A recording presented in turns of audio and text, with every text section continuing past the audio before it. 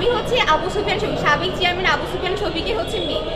আমি এখানে 1:45-এ আসি, তখন আমার বাবা আমাকে জানায় যে ইন্সপেক্টর যে মোসাদ্দিক আছে ওনার নেতৃত্বে ভিতরে হচ্ছে খুনি সাগর আছে, সাগর এবং আরও 3 জন মিলে ওয়াশরুমের উপর বাবার উপর হামলা করে।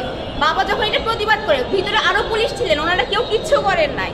তারপরে বাবাকে ওখান থেকে বের করা হয়।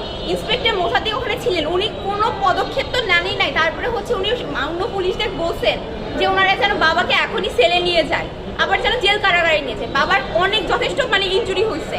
ওনারা হচ্ছে বাবাকে বলা হয়েছিল যে বাবাকে মেডিকেল নিয়ে যেতেন, ওনারা হচ্ছে কেউ বাবাকে মেডিকেলে নিয়ে যায় নাই, বরং হচ্ছে নিয়ে যায় আবারও ভিতরে হচ্ছে ওনাকে রাখছে, যেখানে আবার এখনো হচ্ছে যে খুনিরা যারা আছে বাবার উপর হামলা করছে তারা তো ওখানে আছে। সেখানে বাবাকে আবার কেন রাখা হলো, বাবাকে কেন মেডিকেল নিয়ে যাচ্ছে না হচ্ছে না। আর হচ্ছে মোসাদ্দিককে আমরা যখন জিজ্ঞেস করছি যে এটা কেন হলো, উনি তো এখান থেকে পড়ে সরে গেছেন, উনি তো আসতেছেন না। এখন পর্যন্ত এখানে কোনো তদারকি হচ্ছে না। বাবাকে এখন ওইভাবে জখম অবস্থায় ভিতরে রাখা হচ্ছে, তাহলে বাবাকে কেন এই হামলাটা করা হলো? এটা আগে হচ্ছে বাবা যে মোসাদ্দিক আছে উনি হচ্ছে ভেতরে টাকা নিয়ে তো মানুষ ঢোকার, নিয়ে ওনাদের দেখা করার।